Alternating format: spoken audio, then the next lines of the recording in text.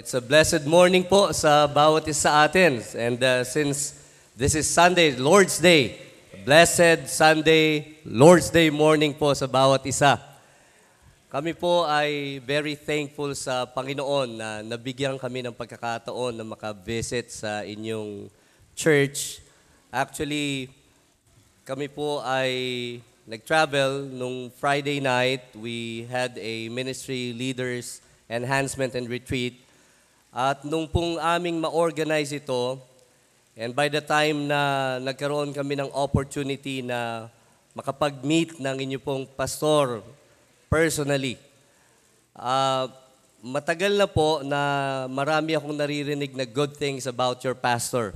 But when we met personally, it exceeded my expectations. Kaya you are blessed, mga kapatid. You are blessed to have such a pastor that really have a heart for the ministry. At nung kami po ay nakapag-usap, maikling time lang, Pastor, tayo nakapag-sama noon. Pero sinikap ko na yun bang yung amin pong time na makapag-usap, ang dami ko pong natutunan. And since we are having our ministry leaders enhancement, walang ibang pumasok na church and pastor na gusto kong mabisita ng amin pong church dito sa Ilocos kung hindi ang inyo pong church. And salamat, Pastor. Salamat for allowing us to be here. And yun pong makapag-attend lamang. Actually, ako ang desire ko lang makaupo and to be able to observe and listen and just be blessed.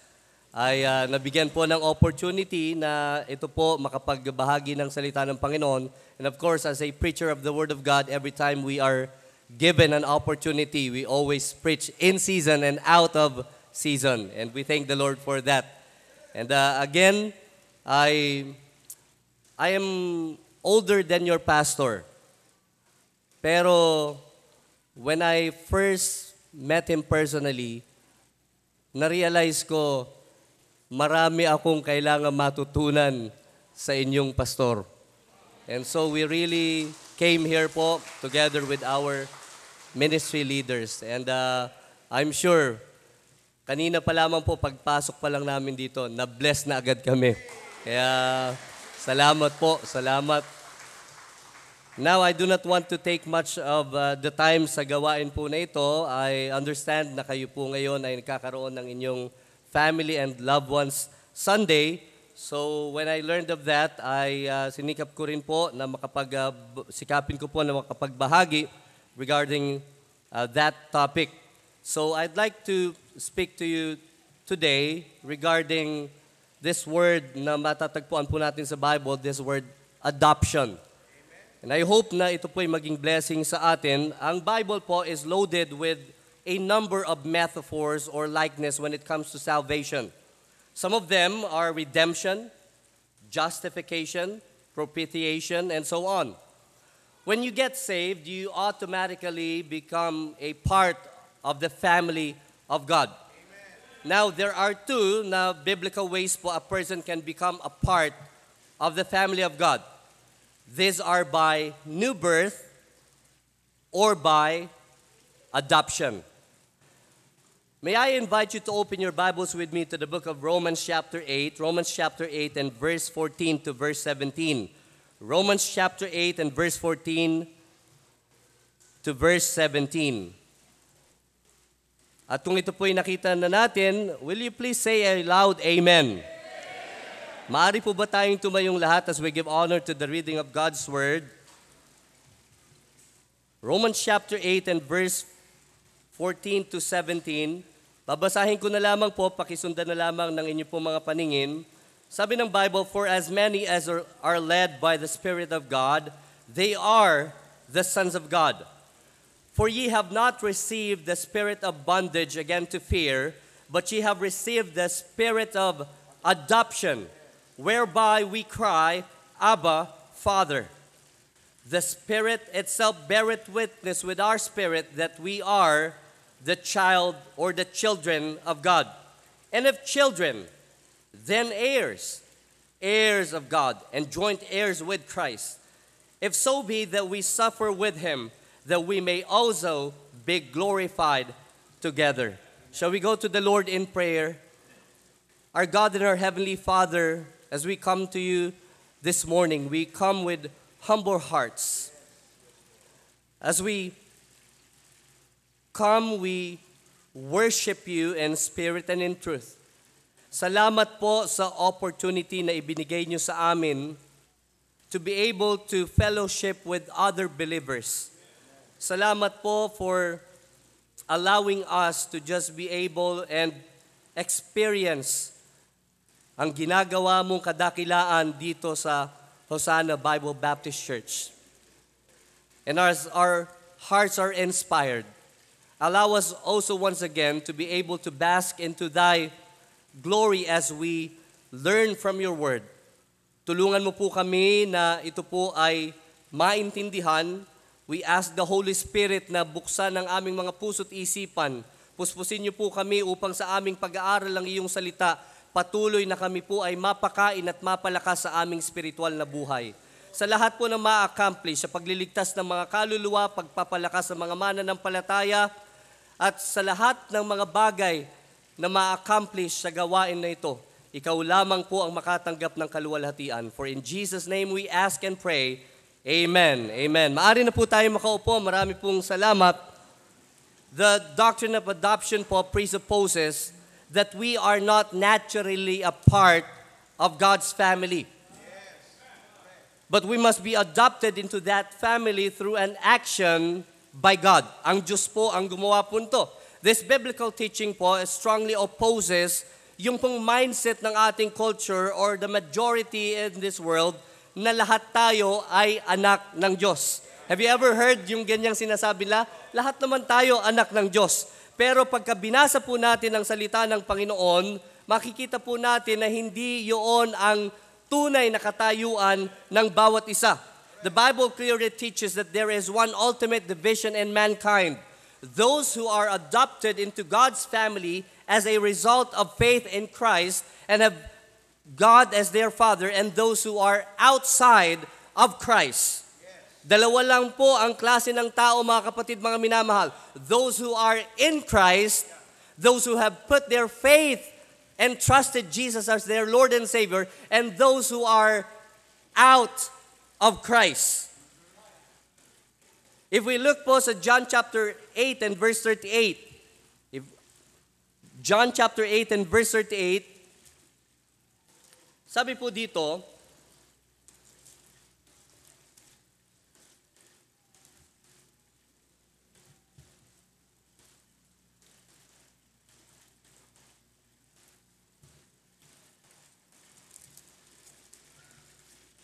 look with me.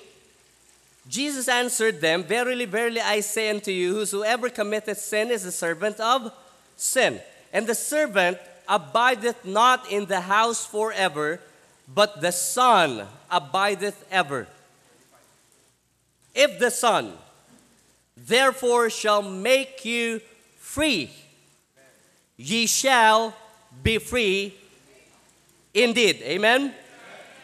I know that ye are Abraham's seed, but ye seek to kill me, because my word hath no place in you. I speak that which I have seen with my father, and ye do that which ye have seen with your father. They answered and said unto him, Abraham is our father. Jesus saith unto them, If ye were Abraham's children, ye would do the works of Abraham. But now ye seek to kill me, a man that hath told you the truth, which I have heard of God. This did not Abraham.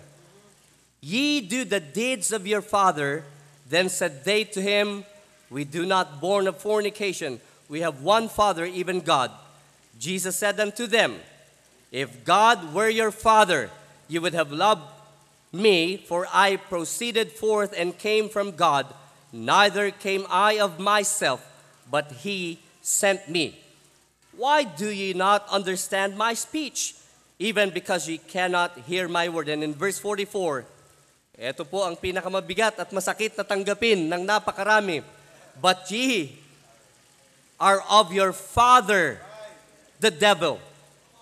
Si Jesus po mismo ang nagsasabi dito. Hindi po kami ng mga pastor. Kaya po maliwanag mga kapatid, mga minamahal, na hindi lahat ay anak ng Diyos. But if you want to be a part of the family of God, if you want to be a child of God, pwede mong kilalanin si Jesucristo at pagtiwalaan bilang iyong Panginoon at tagapagligtas. And you will automatically be a part of the family of God by way of new birth or in this biblical teaching of adoption. Now, you may ask the question, Pastor, ano po ba itong nakikita natin o nabasa natin kanina na word na adoption dito sa Bible? What is adoption? Buti naman po, tinanong ninyo. Amen? Una po, adoption or spiritual adoption, it is about the authority given. Spiritual adoption, mga kapatid, is about the authority given. In John chapter 1 and verse 12, ano pong sabi ng Bible? But as many as received Him, to them gave He power to become the sons of God. Doon pa lamang po tayo nagkaroon ng authority to become a son of God. As many who will receive Jesus, mayroon pong authority to become a son or child of God. In Galatians chapter 4 and verse 7, wherefore, ang sabi ng Bible, thou art no more a servant. Kanina po nabasa natin, ang isang tao na walang tamang pagkakilala sa Panginoong Jesucristo is a servant of sin. Pero mga kapatid, mga minamahal, kapag ka ikaw ay naging anak na ng Diyos, you are no more a servant, you are now a son.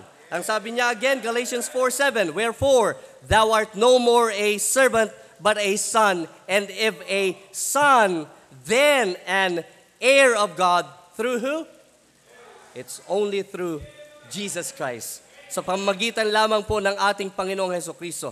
Now, adoption, although napakaganda po noong justification, when we read about justification, it is very important that we understand that. But adoption, mga kapatid, rises higher than justification. Why? Because a judge can acquit you. It takes a father to adopt you. And when we think about the goodness of God sa buhay natin, hindi pwede na hindi mababagbag ang damdamin ng isang tao na maisip na bagamat tayo'y makasalanan, pero ang Diyos minarapat pa rin tayo'y kanyang maging anak.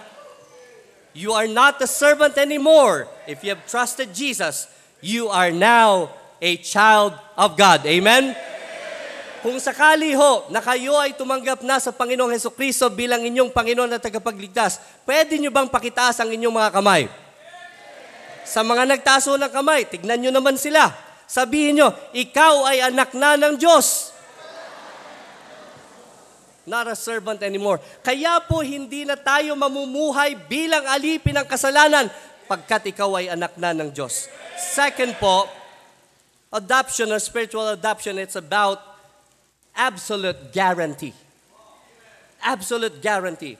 In Romans chapter 8, if we go back, Romans chapter 8 and verse 16, sabi po dito, the Spirit itself beareth witness with our spirit that we are the children of God.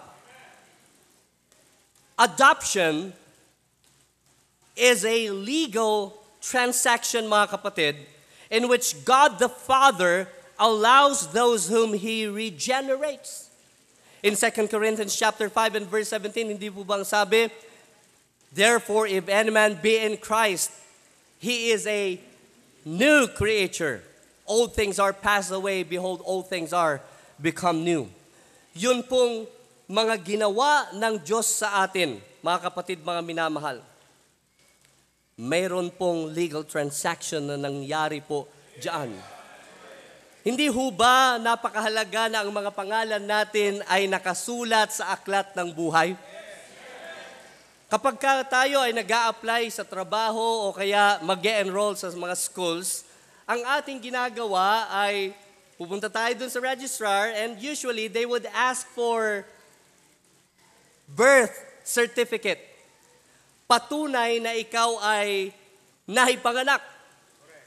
Naniniwala ako mga kapatid, mga minamahal, and I do not have much time to make you open in the book of Revelation, na sinasabi nga ng Bible na kapag ka ang pangalan mo ay hindi nakita sa aklat ng buhay, ikaw ay itatapon doon sa lake of fire.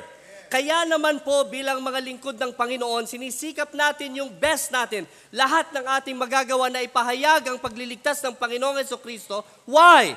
Dahil naniniwala tayo na kapag ka walang Kristo sa puso ng isang tao, mamamatay siya ng walang pag-asa at tutungo sa walang hanggang kapahamakan sa impyerno.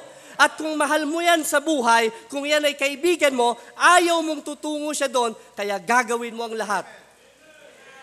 But, if you trusted Jesus, sabi nga ng Panginoong Jesucristo sa kanyang mga disciples, kasi yung mga disciples niya, nung nakakapag-perform na sila ng mga miracles, they were healing and casting out demons. Tuwang-tuwa sila. Pero ang sabi ng Panginoong Jesucristo sa kanila, notwithstanding, rejoice not na nagagawa niyo itong mga bagay nito, but rejoice because your names are written in heaven. Mga kapatid, mga minamahal, nung sinabi ng Panginoong Jesucristo kay Nicodemus that when you must be born again, yung word na born again doon means born from above. There becomes a legal transaction na tayo po hindi na lamang world citizen.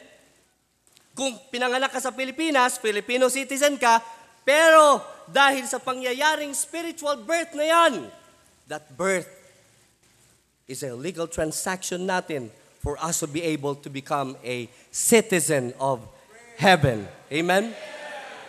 Naaalaw tayo ngayon, bagamat tayo po'y makasalanan in our original state, pero salamat na lamang sa kabutihan ng Diyos. Hindi ka na lamang ngayon onlooker, tagatanaw sa labas. You can come in as a child of God. Adoption po establishes one's relationship as a beloved child of God. The Spirit itself beareth witness, ang sabi ng Bible, that we are the children of God. We have a strong and reliable guarantor, mga kapatid. It's the Holy Spirit. Now in John 8:34, again, sabi ni John, Jesus answered them, "Verily, verily, I say unto you, whosoever committeth sin is the servant of sin. And the servant abideth not in the house forever, but the Son abideth ever. If the Son, therefore shall make you free." Ano pong sabi dyan? Ye shall be free indeed. Yung atin pong freedom, mga kapatid, if the Lord Jesus Christ makes us free, ang sabi ng Bible, sigurado yan. You shall be free indeed. You know why a lot of people are still afraid na sila, bagamat sinasabi o kineklaim nila ay sila'y mananampalataya, sila'y Kristiyano, pero somehow they still feel yun pong, para bang they're insecure of their status dito sa buhay, yung spiritual status nila, kasi nga hindi nila nakikita na ang Panginoong Jesucristo ay mayroong kakayahan na tayo po ay siguradong palayain. Hindi po ito pagbabakasakali o itong siguro lang, kung hindi isang bagay na sigurado. One time I was talking with a person, kami po ay nag-uusap at sineshare niya sa akin na siya ay bahagi daw ng isang church. Napakarami niyang ginagawa ng mga ministries, kinikwento niya sa akin. Tinanong ko siya.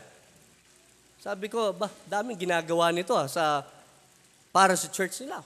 Tinanong ko, kung ikaw ba'y bawian ng buhay, ngayon, sigurado ka ba na tutungo ka sa langit? Medyo nahinto, pastor.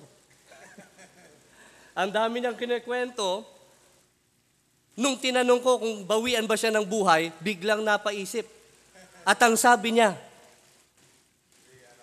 siguro, sana. Napasana all. Mga kapatid, Kapag ka kinilala mo si Jesucristo bilang iyong Panginoon at tagapagligtas, ang pinanampalatayanan mo ay tagapagligtas na sigurado.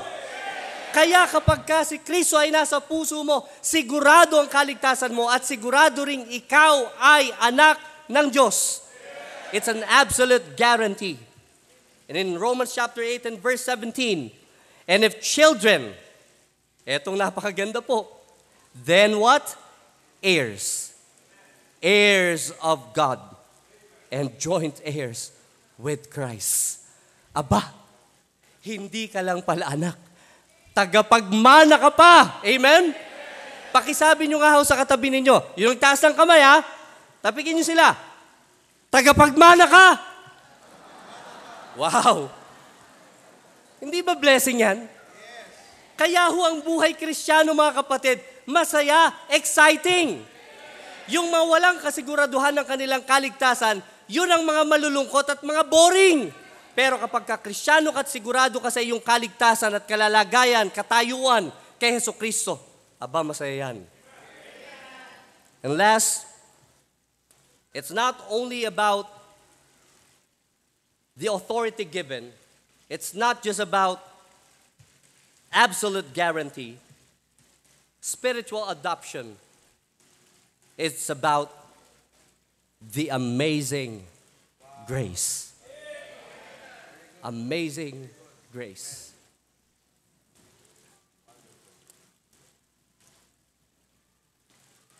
J.I. Packer rightly states that being a child of God is not a natural state to fallen man. Being adopted into God's family is an act of God's grace and mercy through Christ. The only way we become God's child is through His Son, Jesus Christ. Wala na pong iba. Sisikapin nating maging mabuting tao, maganda po yan. Pero hindi yan ang paraan para tayo'y maging anak ng Diyos. Sisikapin po natin maging maayos ang katayuan natin sa ibang tao. Pero walang anumang paraan. Ang tanging paraan lamang ay kay Jesucristo na ating Panginoon at tagapagligtas. Now as I talk to you about this, and when I think about this words amazing grace, especially that word grace. Naaalala ko po yung story sa Bible. In 2 Samuel chapter 9. About King David and Mephibosheth. As we close, can I ask you to turn with me there? 2 Samuel chapter 9. Gusto ko pong makita natin itong napakagandang truth na ito as I close. 2 Samuel chapter 9. Sabi niya dito, and David said in verse 1, is there yet any that is left of the house of Saul that I may show him kindness for Jonathan's sake? And there was of the house of Saul a servant whose name was Ziba, and when they had called him unto David, the king said unto him, Art thou Ziba? And he said, Thy servant is he. And the king said, Is there not yet any of the house of Saul, that I may show the kindness of God unto him? And Ziba said unto the king, Jonathan hath yet a son, which is lame on his feet. Kanino pong anak? Kay Jonathan ito. And the king said unto him, Where is he? And Ziba said unto the king, Behold, he is in the house of Machir, the son of Amiel, in Lodebar. Then King David sent and fetched him out of the house of Machir, the son of Amiel, from Lodebar. Now when Mephibosheth, the son of Jonathan, the son of Saul, was come unto David, he fell on his face and did reverence. And David said, Mephibosheth, and he answered, Behold, anong sabi niya? Thy servant. And David said unto him, Fear not, For I will show thee kindness for Jonathan thy father's sake, and will restore thee all the land of Saul thy father, and thou shalt eat bread at whose table? At my table, the king's table, continually. And he bowed himself and said, What is thy servant that thou shouldest look upon such a dead dog as I am? And in verse 9, and the king called to Ziba, Saul's servant, and said unto him, I have given unto my master's son all that pertained to Saul and to all his house. Thou therefore and thy sons and thy servants shall till the land for him. And thou shalt bring him in the fruits, that thy master's son may have food to eat. But Mephibosheth, thy master's son, shall eat bread always at my table.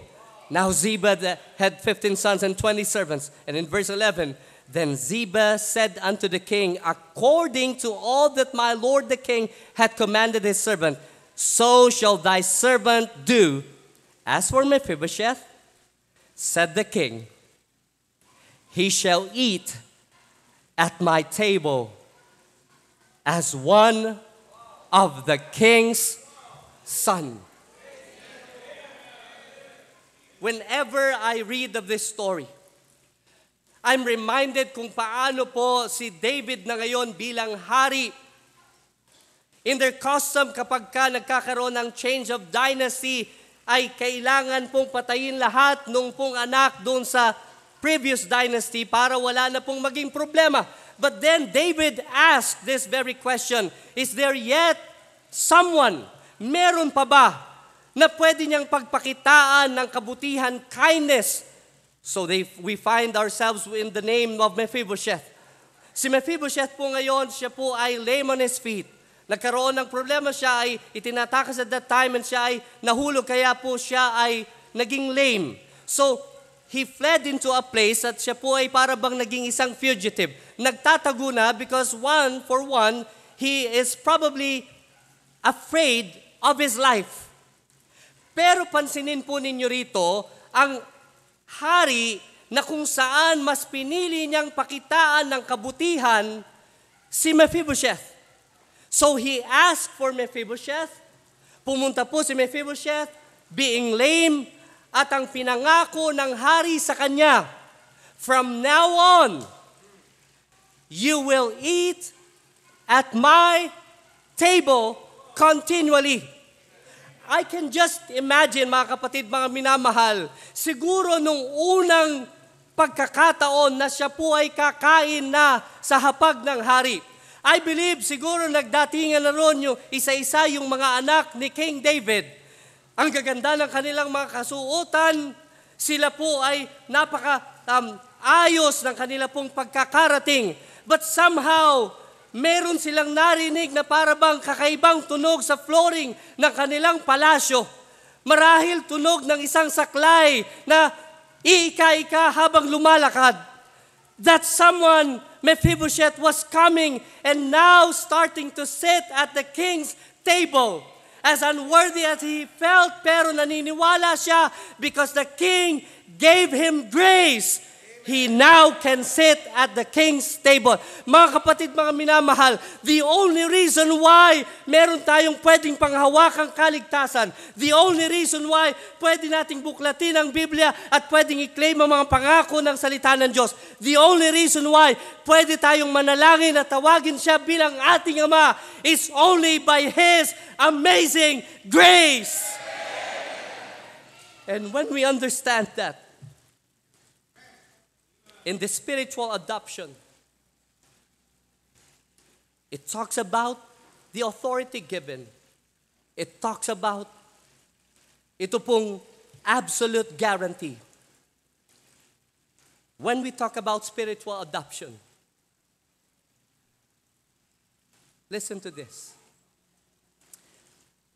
There is always a seat for you